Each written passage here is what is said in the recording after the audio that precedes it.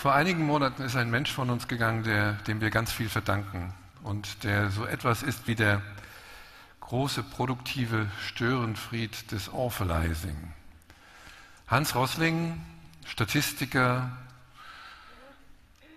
Aktionist, begnadeter Rhetoriker. Ich beneide immer seine Auftritte bei TED, glaube ich, 42 Millionen Downloads für seine bekannteren Vorträge. Hat Formen entwickelt, an denen wir noch ein bisschen arbeiten müssen, aber wir arbeiten tatsächlich dran. Er ist zum Beispiel einmal mit einer Waschmaschine auf die Bühne gekommen, hat sich davor gesetzt und hat erzählt, wie seine Großmutter und seine Mutter diese Waschmaschine in die Wohnung getragen haben und dann die Großmutter das gesamte Waschprogramm angesehen hat, als wäre es ein Fernsehen. Und dabei erklärt er, wo ist die Waschmaschinenschranke in der Welt? Wie viele Frauen müssen noch von Hand waschen? Wie viel Zeit hat das bedeutet? Am Ende fallen aus der Waschmaschine Bücher heraus, da sitzt ein Schauspieler drin und er sagt, der Grund, weshalb wir lesen konnten, weshalb unsere Mütter uns vorlesen konnten, war, dass sie nicht mehr mit der Hand waschen mussten. Tagelang, stundenlang, wochenlang. Was Frauen auch in Deutschland noch bis vor 50 Jahren gemacht haben. Und dann hat er einen der spannendsten oder für mich interessantesten Loblieder gesungen, nämlich auf die chemische Industrie und auf die Stahlindustrie, die wunderbare Waschmaschinen erzeugt hat. Und das ist eine sehr schöne Irritation gegenüber einer Menge von Motiven, die wir mit der globalen Entwicklung in uns tragen. Hans Rosling hat Gapminder erfunden. Ich hoffe, einige von Ihnen haben es schon auf Ihren Rechnern. Man kann es umsonst herunterladen. Es ist das große Big-Data-System über die Entwicklung des Planeten. Gapminder in einem Wort geschrieben, .org.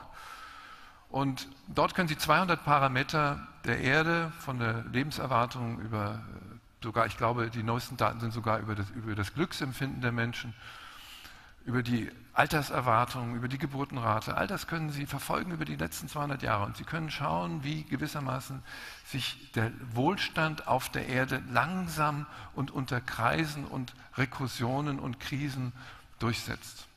Und diese positive Botschaft, noch gar nicht mal optimistisch, Hans Rosling war lange Jahre lang in der dritten Welt als Gesundheitsberater tätig, auch bei der Ebola-Seuche hat er einiges an Beratungsarbeit geleistet als Epidemiologe.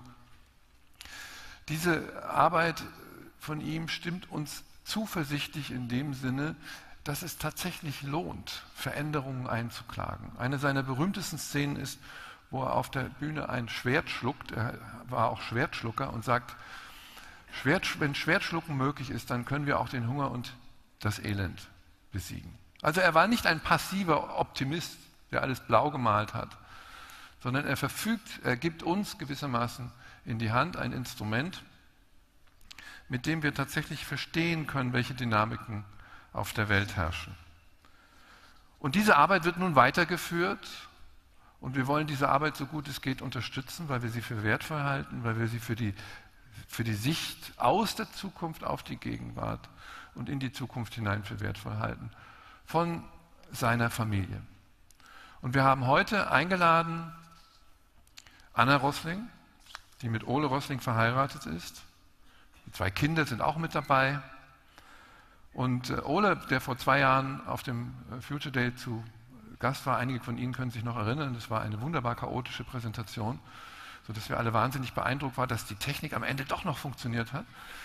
Aber wir haben ganz viel darin gelernt, wie man falsch einschätzt, wie es mit diesem Planeten in die Zukunft geht. Anna hat ein geniales Bildsystem entwickelt, Dollar Street, das uns erlaubt, mitten in die Wirklichkeit, man könnte sagen ein real-digitales System, in die Wirklichkeit hineinzuschauen von Menschen auf diesem Planeten in vielen, vielen Ländern.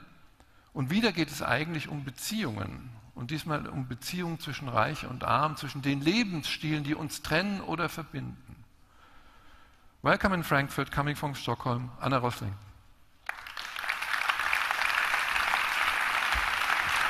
Thank you. Hello. So starting by saying sorry for standing behind, because otherwise I cannot reach my computer that I will need to reach now and then. And sorry for speaking English. I sat down here and realized last time I really listened to a lot of German was, except for a few vacations and so on, but that was in school 25 years ago. So I think I got somewhat of what you were saying, and it didn't sound too bad. But I cannot be quite sure. So I'm here today to talk about the Projekt Dollar Street that I'm running, but I will put it in a context. So first of all, I come from Gapminder. We're an educational nonprofit, and we have a mission, and that is to make a fact-based worldview that everyone can understand. Sounds pretty easy, but it consumes all of our time. So, as we saw, Hans in the middle, and it's me, and then it's my husband Ola. And usually I need to tell a few moments about how everything happened. So basically, when I was 16 years old, I met Ola at a high school. My dream was to become an artist, and I would say last on my whole world planning would be to work together with, first of all, marry. I would never do that. I would not get kids. I would never, if getting married, work with my husband, and worse of all, even with my father-in-law. And actually, that is what I've done. So my whole work life, and I have two of my kids here. I have one actually with my husband in New York at the moment. So, and the reason why I started working together with these guys was Hans was during family dinners complaining about how hard it was to make his students understand the world. And studying arts and social sciences, I was a bit frustrated because in the art scene, I thought it was too arty.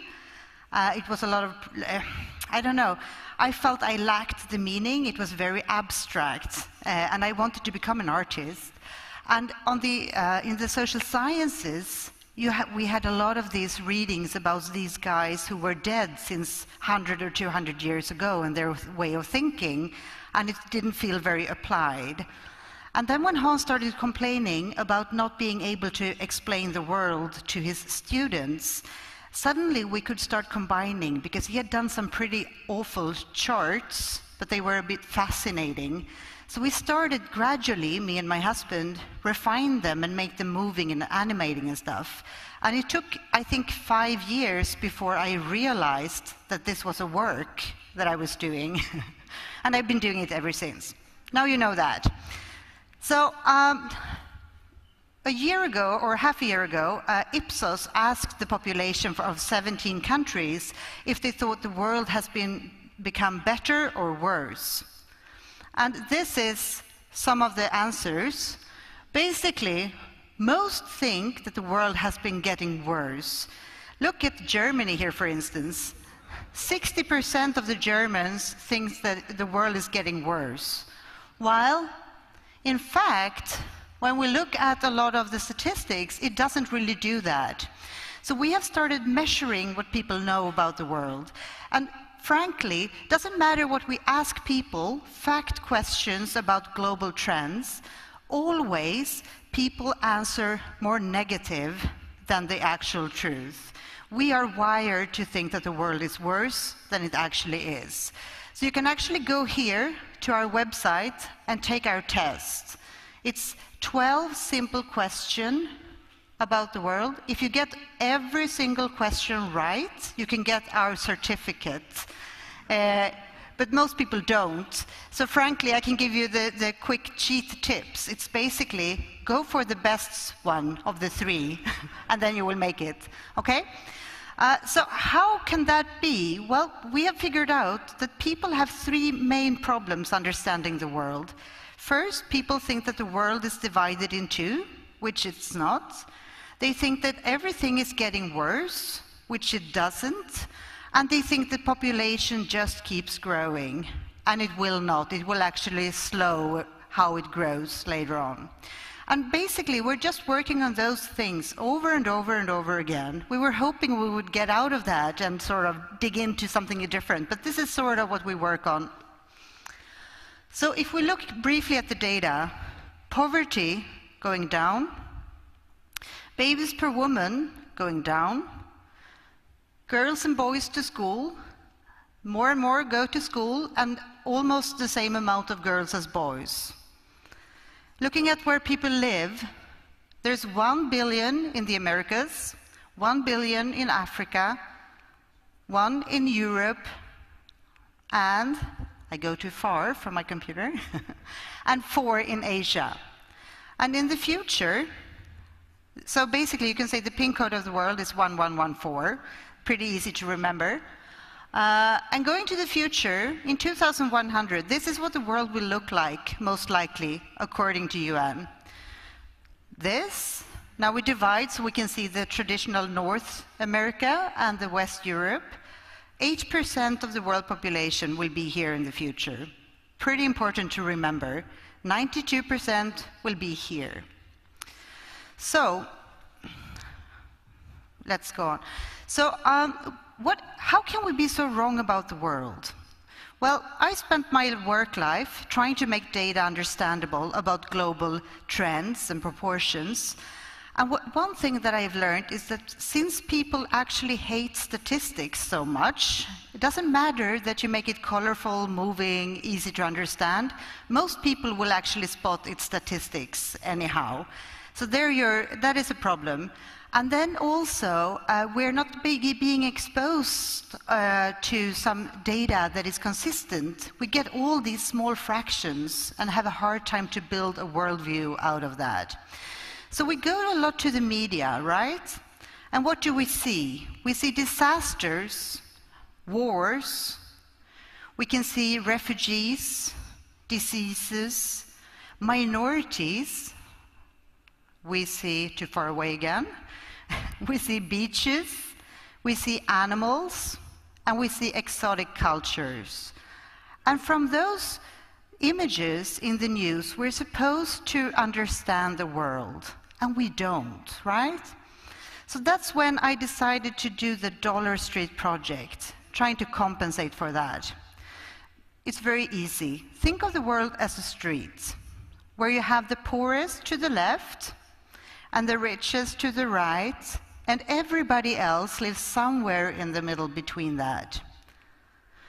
So what I've done then is that I've asked people, especially students in Sweden, where they think they live.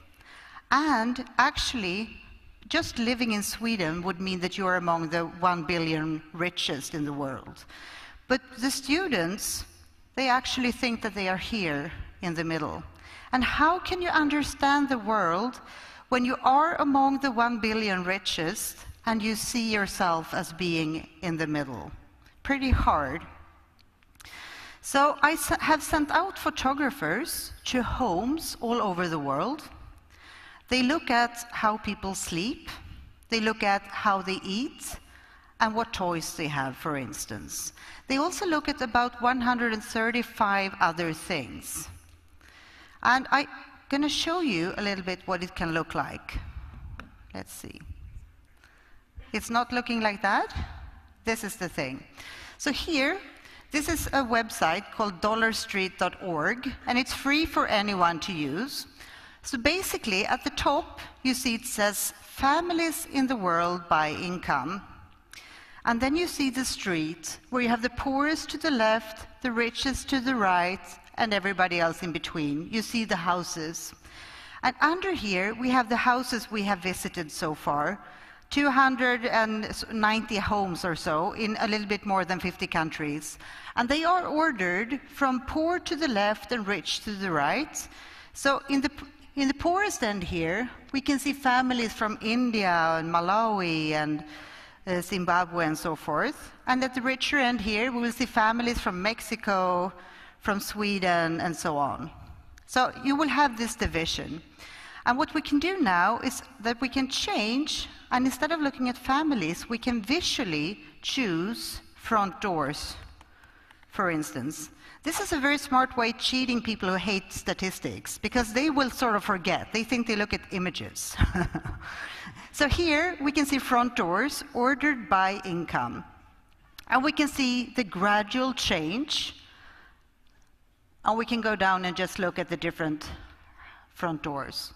We can look at stoves, for instance, see how people cook, and we can see how that actually change over income. This one is pretty good. Going from cooking outdoors, having some simple cooking solutions, and then you come to this fancy stove in Jordan at the top. We can look at beds, like this. And here we can see beds on different incomes in the homes we have visited. And what is fun now, if you remember that the Swedish school students think that they are in the middle. So now you can do a neat thing. We take here on the street and we drag to the middle, like this. So now we just look at beds in the middle segment, middle income segment. And frankly, the Swedish students, they don't recognize their bedrooms anymore. So we can just drag this down to the poorest end if we want to. They don't recognize those bedrooms either. But coming up here to the top, suddenly it looks like a regular Swedish bedroom. Even though in these examples you see bedrooms from China, Netherlands, South Korea, Latvia, France, and so forth. So if you get interested in a specific home, of a bed in a specific home, you can just click the bed. We see the family, have some information about that, and we can go to the home and see all the images that we took in that particular home. And that way we can get the context. And what we can do now is that we can go back to beds. Of course, we can select specific regions if we're interested. So we could, for instance, let's go to Asia. So now we're just looking at the richest segment of beds in Asia, where we've been, for instance. So this is how you can work with the tool. So it's pretty easy, right? So what you can do now, if we go back now, or we can change to toilet. That is actually my favorite, because you're never allowed to go to someone's toilets, right? But here you can. Toilet. So we can compare toilets. And here we see a lot of toilets looking pretty much the same all over. But remember that we are in the absolute richest segment. So let's scroll out. And now we get a completely different image. So this is just a way of visually browsing. And the reason why I developed Dollar Street was that I got frustrated by just doing the visual, like the charts and the graphs that we were working on. Because if you haven't been to these places and you don't have it in a context, it's very hard to understand what the numbers actually mean. Even though you get these perfect charts, what does it mean to live on a certain GDP level, for instance? And using country averages, by the way, doesn't really tell much, since you have the distribution within countries. So you get the point somewhat. Something like this, and you can just browse around. And of course, you can add your own images if you would like to. So then we don't only get photos, because some things works better as images or as videos. So I'm going to show you a clip where people are brushing their teeth. And we start on the richest end. Sound, please. Yes. So here we can see how we move down the street. People are using the plastic toothbrushes, pretty much the same experience everywhere. The room might change, and some people are very serious, but the overall experience is about the same, right? Until we come down to the poorer end, and then we will see people will no longer have the plastic toothbrush. They will use a stick or even their finger to brush their teeth. So this woman in Malawi, she scrapes from her wool like this and mixes it with water to brush her teeth. And therefore, this image is tagged not only as her wool, but also as her toothpaste. Because understanding how people live when they have less resources is basically that you use your same resources for a lot of different purposes. So then we can look at the toothbrushing and do segmenting of that. So the poorest, they will brush with a finger or a stick. Then you will have a toothbrush, and then you will start having one each. Here, you no longer have to share a toothbrush with your grandma, and that is usually appreciated. And then we can go up to look at certain countries. Here we have the US, the income distribution of US in the upper end of the street. We can zoom in on that, have a look at the house here, the Howards. This is their home. And we can look at another family and the lower end of the income distribution, the Hadleys. And then we can look at their cutlery, see the difference, pretty visual and easy. We can add another family, the Robinsons, and they are somewhere in the middle. And we can see the gradual change from a plastic box for cutlery to a wooden drawer with wooden drawers inside it. We can look at the kitchen sink. We can look at the living rooms and seeing how the function actually changes from a small living room where you have a lot of things to a more well-organized living room where you have enough space to sit and enjoy, and to a more like a lounge type of living room where you most likely have more different sitting areas around the house. We can do the same in China. 3 homes, 3 families. This is their houses, their not the beds, their sofas, and their cooking. And when we see these different ways of cooking, it makes obvious sense that talking about how you do things in China doesn't really work, because you will do it differently on different income levels. Cool thing is when we start comparing across countries. So here we have China and US at the same time. Observe the big overlap. And we take the 2 homes we saw recently, the richest ones, the Wus and the Howards, and we go into their bedrooms. And look at how similar they are. If I was to stand in any of those without knowing in which country I was, I would most likely think that the one at the right would be in China because of the red lamps. But unfortunately, in this case, I would be wrong. They have brown leather sofas, and they have very identical play structures. Of course, both are made in China. And then we have Nigeria. We can do a similar comparison at the lower end. So we take 2 homes. Looking here at these families, they do not look very much the same, do they? But when we look at their things, we will see similarities. They have similar roofs, similar sofas. They are storing their grain in identical ways. Both are preparing fish for dinner, and they are boiling their water in identical ways. So if we were stand here in any of these homes and taking photos of their water boiling, we would most likely come back with a photo to our family and friends and tell them something about how people live in Nigeria, for instance, saying that this is the typical way of boiling water in Nigeria, while in fact, this is the typical way of boiling water on this income level. Doesn't matter where you are in the world. So doing a quick walkthrough, we can just have a quick glance. I'm going to show you some examples of comparisons, 2 images of the same function, but from 2 different areas of the world. Starting at the poorest end, here we see beds, Burkina Faso in Africa and India in Asia. Roofs, cooking, India, Malawi. If you don't have shoes, it will look the same. If you eat with your hand instead of cutlery, same experience.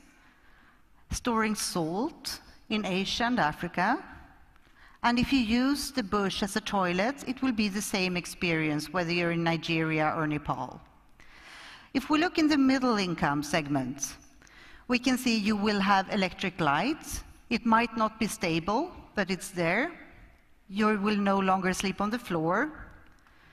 You will store your salt, most likely in some kind of a container with a lid. You will have more than 1 spoon. And observe how cute with the cups. one with flowers and one with trees. You will store your pens in a box. You will have a roof that will no longer leak that much. And you will have shoes, most likely a phone, and toys. And you will start producing waste, and there will not be good ways of handling all the waste yet. In the richest end, we will have shoes, sofas, fruit bowls, hairbrushes, bookshelves, toilet paper, wardrobes, lamps, black dogs, floors, pink soap, laundry, clock, computer, phone, and so forth. Basically, it's very hard nowadays to tell the difference from looking at the homes and the interiors and the artifacts. So the images we see in the media, they do not look anything like the images we see in Dollar Street. So in Dollar Street, we use photos as data to basically kill country stereotypes. And I think that is pretty important to understand the world of today and actually to have a base for understanding the world in the future. Because in Dollar Street, looking in your own income segment, you will see that people are looking somewhat like you. Doesn't matter where you are in the world. So today we have 52 countries we've been to, and we have about 300 homes. But to make this a really meaningful project, I think, and useful for R&D and so forth, I think at least 10 homes per country on different income levels in each country, I think would be a good start. And there are 200 countries in the world, so we still have a few more homes to do before we are complete. And of course, we should do the same for classrooms. We should do the same for churches, markets, hairdressers, and so on, right? All over the world, using this concept. So that was basically it. And here you see the addresses. dollarstreet.org, that's where you should go for Dollar Street, that you can use free of charge. Gapminder.org, that's where you want to go if you want to do our test and get the certificate. And Anna, that is where you're going to mail if you want to contact me. And just a last note would be that Dollar Street, I think we realize, the reason I do it is mainly because I think school kids need to understand the world better. So it's a tool that I imagine is being used in the classrooms all over the world. But I have to say, it's within big corporations, in the R&D departments, I see a big need of something like this. Because usually, the companies have a too limited budget to understand the world around them. And if all the companies could collaborate and gather this rich material and organize and structure it so that they could do their research on top of it, I think everyone would actually benefit there as well. So thanks again, and have a good day. And sorry for not doing this in German. So now you can translate. Anna, say what? I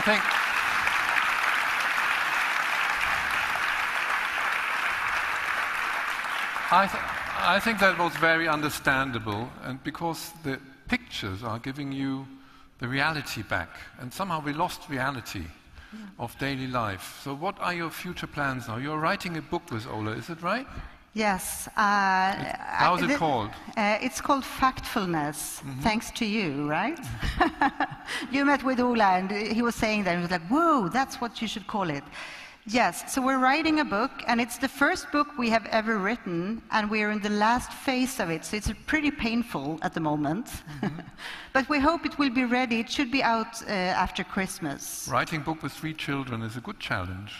Yes. Yeah, it is. But yeah. I think you will do it. When will it be ready? We want to make it to a bestseller in the German-speaking countries. So it will be ready, and it will be in several different languages, including German, and it will be after Christmas. So January 2018. Then you're going to get it. So it's a kind of post-factual manifesto, is it? Yeah, basically you could say the whole idea about the book is trying to figure out why people are so wrong about the world, the core facts we think people should get right, and then it's actually the thinking habits that we think are lacking for people to get the world right without having to learn by heart. So it's going to include 10 thinking habits to combat the dramatic instincts of our brains. That is it. So it should be an easy read, I hope. Future starts in the mind. Thank you very much. Thank you. Thank you.